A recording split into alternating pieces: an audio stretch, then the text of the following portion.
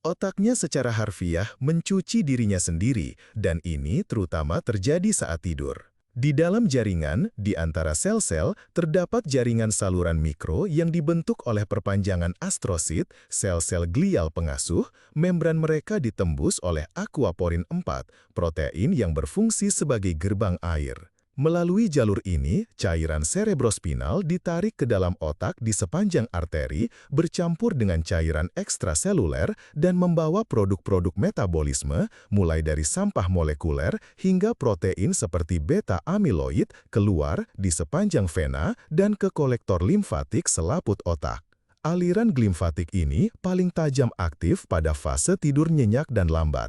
Neuron seolah-olah menyusut sejenak, ruang ekstraseluler melebar sekitar puluhan persen sehingga memudahkan aliran untuk membersihkan jaringan. Pompa berfungsi sebagai denyut pembuluh darah, gerakan mikropernafasan, dan osilasi frekuensi rendah korteks itu sendiri, yang di malam hari tampak seperti pasang surut yang teratur. Seiring bertambahnya usia, efektivitas pembersihan ini menurun dan kurang tidur kronis secara statistik dikaitkan dengan penumpukan protein beracun. Dari sinilah minat pada kebersihan tidur tidak hanya sebagai saran sehari-hari, tetapi juga sebagai faktor kesehatan otak jangka panjang. Penting juga bahwa otak tidak memiliki sistem limfatik klasik di dalam parenkim.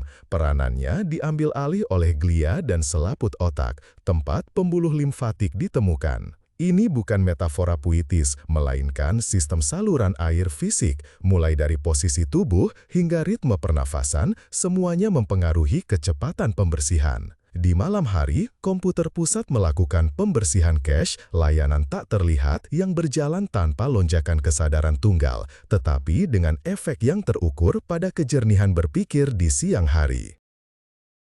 Fakta kedua, ingatan bukanlah kaset di rak, melainkan file yang ditulis ulang setiap kali dibuka. Begitu sebuah episode masa lalu muncul kembali dalam kesadaran, jejak memori menjadi plastis sementara. Proses rekonsolidasi aktif, dan dalam jendela singkat ini, detail baru dapat dituliskan atau penanda emosional lama dilemahkan. Inilah sebabnya mengapa kesaksian saksi sangat rentan terhadap formulasi sugestif, dan teknik terapeutik yang bekerja dengan ingatan traumatis mencoba membangkitkannya, lalu mengemas ulang dengan aman dan memperbaikinya kembali. Secara biologis, ini bukanlah sihir, melainkan koordinasi halus antara hipokampus, amigdala, dan korteks. Sebagian kontak sinaptik seolah-olah melepaskan kunci, molekul protein penstabil jejak memori disintesis ulang, dan rekaman diperbaiki dalam bentuk yang sedikit dimodifikasi. Emosi adalah editor yang kuat. Neuromodulator seperti norepinefrin memperkuat ukiran peristiwa penting. Itulah sebabnya penghambat reseptor adrenergik dalam eksperimen melemahkan pewarnaan afektif dari beberapa ingatan. Dari sinilah muncul mitos memori fotografis. Otak orang dewasa hampir tidak memiliki snapshot yang stabil dan tidak berubah. Ada jahitan draft yang setiap kali menarik konteks, bau, intonasi, harapan. Paradoksnya adalah plastisitas yang membuat memori tidak dapat diandalkan pada saat yang sama memungkinkan untuk belajar, memikirkan kembali pengalaman, dan keluar dari penjara citra yang mengganggu. Harga fleksibilitas adalah revisi yang tak terhindarkan, terkadang tidak terlihat, tetapi selalu nyata. Fakta ketiga, otak hidup dengan jeda mikro. Puluhan milidetik diperlukan agar cahaya dari lampu mencapai retina, sinyal berjalan di sepanjang jalur visual, dan korteks membangun gambaran yang koheren. Namun, kita tidak merasakan keterlambatan, karena otak tidak menunggu, melainkan memprediksi. Otak terus mengirimkan draft masa depan dari tingkat korteks atas ke bawah, mencocokkan harapan dengan aliran data sensorik dan meminimalkan kesalahan prediksi. Arsitektur ini dikenal sebagai pengkodean prediktif. Ketika kita melakukan gerakan mata yang tiba-tiba, sakada, terjadi beberapa lompatan setiap detik. Sistem visual sementara meredupkan sensitivitas penekanan sakadik, dan secara paralel, salinan komando motorik, corollary discharge, memperingatkan area visual tentang pergeseran pemandangan yang akan datang. Hasilnya adalah gambaran yang stabil, alih-alih dengan garis-garis buram. Dalam trik lain, otak menyatukan peristiwa yang masuk dalam jendela pengikatan singkat sekitar 100 milidetik. Suara dan gambar mulai tampak bersamaan meskipun datang pada waktu yang berbeda. Itulah sebabnya seorang pesulap dengan menjentikan jari dengan mudah menggeser persepsi kita tentang momen tersebut. Ilusi seperti flashlight menunjukkan bahwa sistem tidak hanya mengejar kenyataan, tetapi juga mengekstrapolasi lintasan objek bergerak sebelumnya. Jika tidak, kita akan terus-menerus meleset saat menangkap bola. Bahkan, ekspektasi semantik berfungsi sebagai navigator. Otak melengkapi frasa yang bising, menggambar akhir kata, dan mengantisipasi nada berikutnya dalam melodi. Uang muka konstan ini memberikan kecepatan, tetapi terkadang menghasilkan hantu. Kita mendengar apa yang tidak terjadi, melihat dunia yang stabil di mana sensor berkedip, dan mengambil penggantian yang cermat sebagai persepsi murni. Kesimpulannya biasa saja dan mengejutkan. Momen sekarang adalah versi yang disusun dengan cermat dari masa lalu baru-baru ini yang disesuaikan dengan prediksi masa depan. Fakta keempat, setengah dari kekuatan tersembunyi otaknya bukan berasal dari bayangan sel glialnya yang dulunya dianggap sebagai penopang pasif semata. Perkiraan saat ini menunjukkan bahwa otak manusia memiliki sekitar 86 miliar neuron dan jumlah sel glial yang sebanding, dan sel-sel glial ini melakukan hal-hal yang tanpanya pemikiran akan berantakan. Astrosit dengan tonjolan halus mereka melilit sinapsis, membentuk kontak tripartit, presinaps, postsinaps, dan astrosit itu sendiri. Gelombang kalsium dan pelepasan molekul mediator mereka dari ATP hingga D-serin mengatur transmisi sinyal seperti insinyur suara tak terlihat yang mengatur volume. Ketika jaringan berfungsi secara kacau, astrosit memasok bahan bakar ke neuron. Mereka memproses glukosa menjadi laktat dan, pada puncak aktivitas, memberi makan sinapsis dengannya. Laktat juga berfungsi sebagai penanda yang memicu kaskade plastisitas, mencemen jejak memori.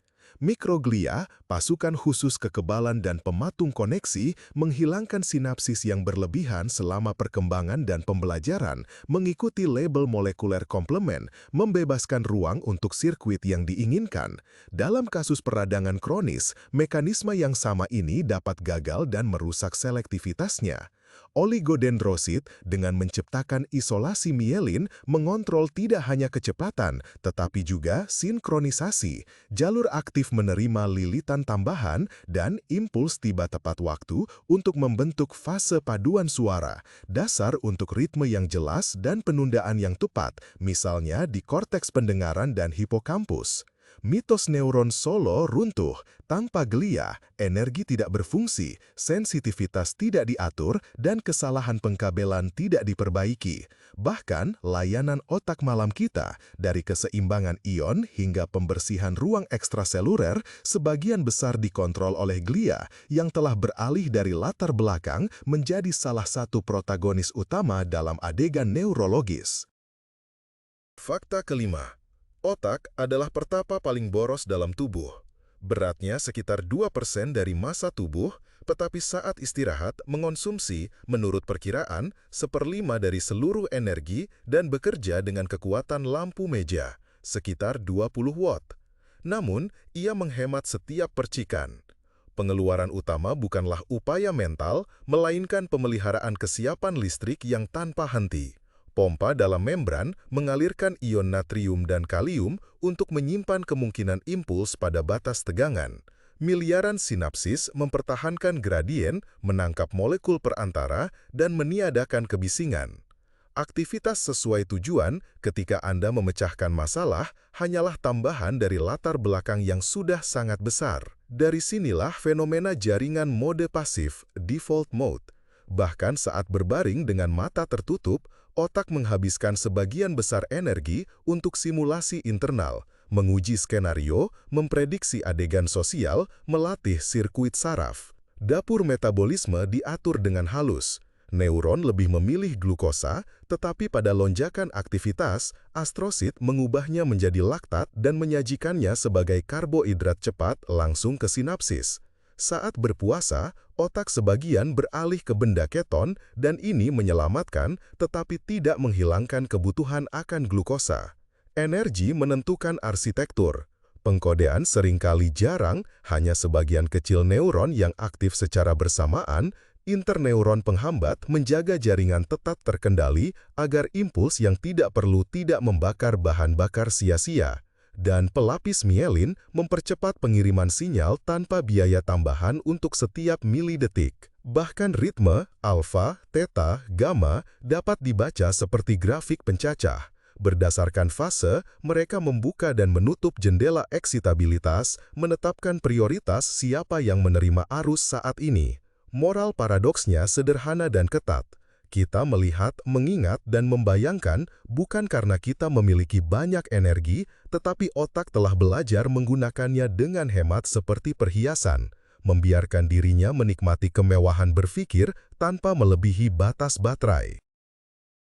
Fakta keenam. Legenda nenek-nenek menertawakan kesederhanaannya, seolah-olah ada satu sel yang hanya bertanggung jawab atas wajah nenek kandung. Kenyataan ternyata lebih halus dan menarik. Di klinik-klinik tempat orang dengan epilepsi dipasangi elektroda yang sangat tipis di lobus temporal medial, beberapa neuron menunjukkan selektivitas yang mengejutkan. Mereka secara stabil menyala pada gambar orang atau tempat tertentu.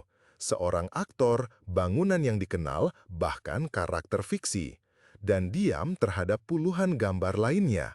Lebih jauh lagi, reaksi beberapa sel tetap ada meskipun sudut pandang, ukuran, gaya gambar berubah, dan bahkan ketika nama disajikan dalam bentuk teks atau diucapkan dengan lantang. Sel konseptual semacam itu bukanlah ikon tunggal, melainkan simpul dalam pengkodean yang sangat jarang. Satu entitas diwakili oleh ensemble neuron dan satu neuron dapat menjadi bagian dari beberapa ensemble, menghubungkan cerita dan konteks.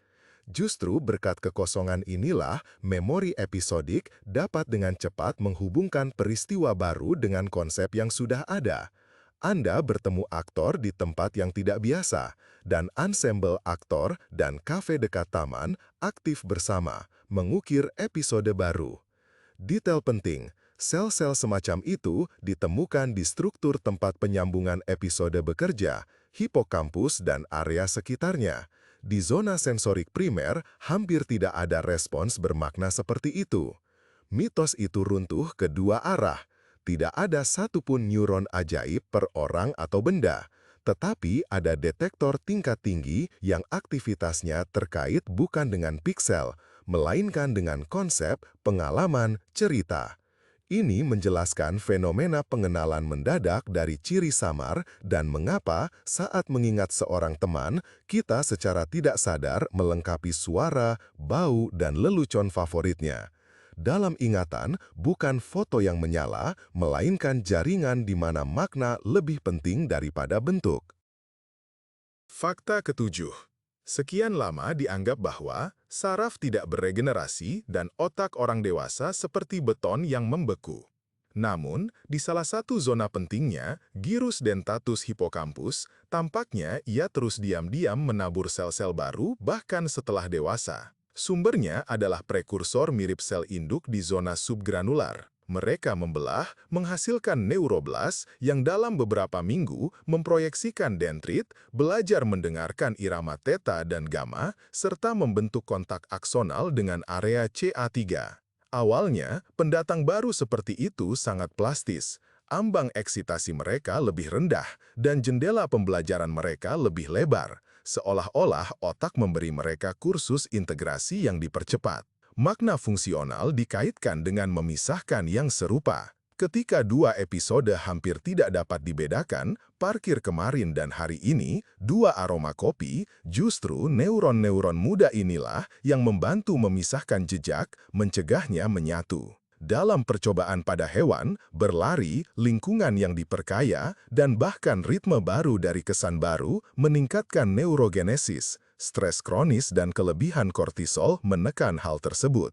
Antidepresan dalam beberapa skema, sebaliknya, mendorong pertumbuhan dan kelangsungan hidup sel-sel yang baru lahir, yang dikaitkan dengan efek klinis yang tertunda.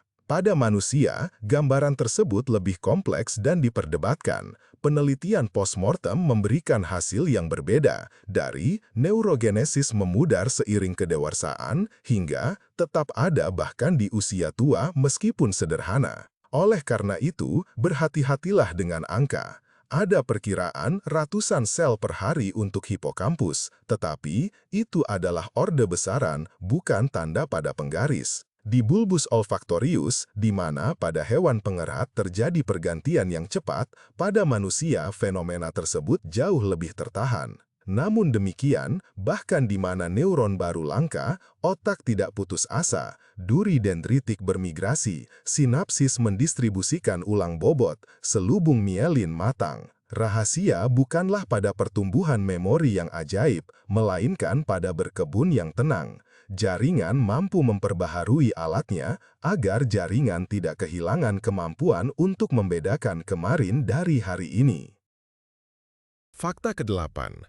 Ketika ahli bedah, demi pengobatan epilepsi berat, memotong korpus kalosum, jembatan utama antara kedua belahan otak, dunia pasien tidak hancur. Tetapi, satu kualitas luar biasa muncul ke permukaan. Belahan otak kiri, tempat pusat bicara berada pada kebanyakan orang kidal, menjadi seorang narator yang tidak tahan dengan kekosongan. Dalam eksperimen klasik, stimulus ditunjukkan secara terpisah. Kadang-kadang ke bidang visual kanan diproses oleh belahan otak kiri, kadang-kadang ke kiri belahan otak kanan. Jika kata senyum berkedip dari kiri, mulut tetap diam. Belahan otak kiri melihat untuk berbicara. Tetapi, tangan kanan terulur untuk memilih gambar senyuman, dan tangan kiri yang dikendalikan oleh belahan otak kanan dengan percaya diri menunjuk ke objek yang benar. Tanyakan dengan keras, mengapa Anda memilihnya? Dan belahan otak kiri memberikan alasan yang instan, masuk akal, tetapi dibuat-buat. Hanya suasana hati yang baik, saya suka warnanya. Penafsir ini menyatukan data parsial menjadi cerita yang koheren agar tidak hidup dalam celah-celah antar aliran. Dalam kehidupan sehari-hari, jembatan itu utuh, tetapi mekanismenya tetap ada. Kita sering menjelaskan keputusan kita sendiri secara post hoc, tanpa menyadari pekerjaan tersembunyi dari sistem persepsi dan motivasi otomatis. Fakta dari eksperimen terkait menambah bumbu. Dalam tugas dengan petunjuk di luar kesadaran, orang memilih opsi dengan benar, menciptakan alasan yang sopan, dan dalam penelitian tentang momen niat, aktivitas otak terkadang mendahului laporan "saya memutuskan" hingga ratusan milidetik. Penemuan penting tetapi ditafsirkan secara diperdebatkan.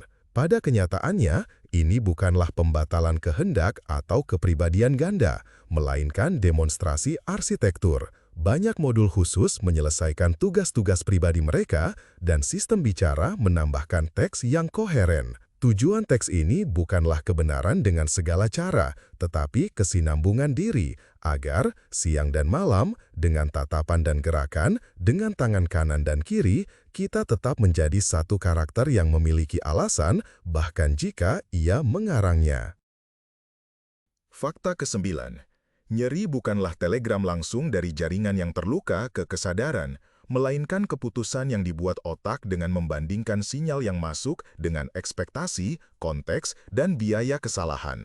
Di masuk, sumsum tulang belakang itu sendiri, teori gerbang bekerja. Interneuron penghambat di tanduk belakang baik menekan aliran impuls nosiseptif atau membiarkannya lewat lebih luas. Dari atas, kontrol menurun dari batang otak menekan gerbang ini. Substansi abu-abu di sekitar saluran air dan bagian ventromedial rostral dari medula oblongata mengaktifkan sirkuit opioid endogen. Dari sinilah fenomena analgesia placebo. Ketika seseorang mengharapkan kelegaan, sistem menurun yang sama diaktifkan dan rasa sakit yang sebenarnya berkurang. Pemberian naloxon, antagonis opioid, sebagian menghilangkan efek ini, indikasi langsung partisipasi endorfin. Sisi sebaliknya adalah nocebo. Harapan yang cemas meningkatkan respons nyeri dan membuat otak lebih teliti terhadap sinyal ancaman. Bahkan cara pemberian obat pun penting. Suntikan terbuka ketika pasien melihat jarum dan mendengar kata-kata dokter secara nyata lebih kuat daripada yang tersembunyi dengan dosis yang sama. Peta tubuh di korteks juga tidak pasif. Setelah amputasi, beberapa orang mengalami nyeri fantom. Skema anggota tubuh masih hidup dan mengirimkan sinyal alarm. Terapi cermin dengan menipu ekspektasi visual seringkali melepaskan lingkaran patologis. Dalam eksperimen yang kurang radikal, ilusi tangan karet dengan cepat mengubah perasaan kepemilikan. Ancaman tangan karet disambut oleh tubuh dengan respons galvanik kulit, dan ambang batas nyeri di tangan yang dialokasikan dapat sedikit bergeser. Dalam prakteknya, ini berarti bahwa perhatian, keyakinan, sinyal sosial, dan bahkan pandangan pada tubuh sendiri adalah pegangan regulator yang penuh. Otak melindungi kita dari kerusakan yang berlebihan, tetapi tidak selalu merupakan insinyur yang sempurna. Terkadang pengaturan perlindungan menjadi terlalu keras. Dan salah satu misteri adalah seberapa kuat kata, ritual, dan konteks dapat menyesuaikan kembali volume rasa sakit secara material. Fakta ke-10. Neurotransmitter bukanlah emosi dalam botol, melainkan sistem pengaturan global yang mengalihkan mode operasi jaringan. Dopamin bertentangan dengan ucapan populer tentang hormon kesenangan dalam jalur kunci lebih mengkodekan kesalahan prediksi penghargaan. Keberhasilan tak terduga menyebabkan lonjakan singkat. Seiring waktu, puncak bergeser ke sinyah antisipatif dan ketiadaan hadiah yang diharapkan adalah kegagalan aktivitas. Pada matematika inilah mesin slot dengan imbalan variabel dan banyak sistem penghargaan digital hidup, suka yang tak terduga, dan drop yang jarang secara andal melatih otak untuk menunggu kesempatan berikutnya. Asetilkolin dari otak depan basal meningkatkan akurasi masukan sensorik. Ketika tugas memerlukan perhatian pada detail atau konteks berubah secara dapat diprediksi, tonus kolinergik meningkatkan pengaruh data dan mengurangi pemaksaan dugaan internal. Dunia visual secara harfiah menjadi lebih tajam. Noradrenalin dari tempat biru secara bergelombang membangun kembali jaringan saat terjadi kejutan. Lonjakan pendek memperluas pencarian, membantu beralih dari strategi yang biasa ke eksplorasi opsi baru. Diameter pupil, omong-omong, seringkali melacak kesiapan untuk berubah ini. Serotonin menurut beberapa model menetapkan cakrawala panjang dan sensitivitas terhadap biaya kesalahan, mempengaruhi kesabaran, penekanan reaksi impulsif, dan keseimbangan hukuman penghargaan, meskipun peran spesifik bergantung pada sirkuit dan tetap menjadi subjek perdebatan. Bersama-sama, sistem ini tidak menyalakan kegembiraan atau mematikan kesedihan, tetapi mengkonfigurasi ulang bobot dalam perhitungan. Apa yang dianggap signifikan, seberapa besar mempercayai sensor, apakah akan mengambil risiko atau rutinitas. Contoh sederhana, saat mempelajari trik baru di sepeda, dopamin belajar dari perbedaan diharapkan diterima. Asetilkolin menajamkan sensasi setang dan jalan. Noradrenalin melonjak saat ada gundukan tak terduga, beralih ke mode eksplorasi, dan serotonin membantu untuk tidak menyerah setelah beberapa kali gagal. Rahasianya adalah kimia suasana hati adalah bahasa prioritas, bukan label emosi.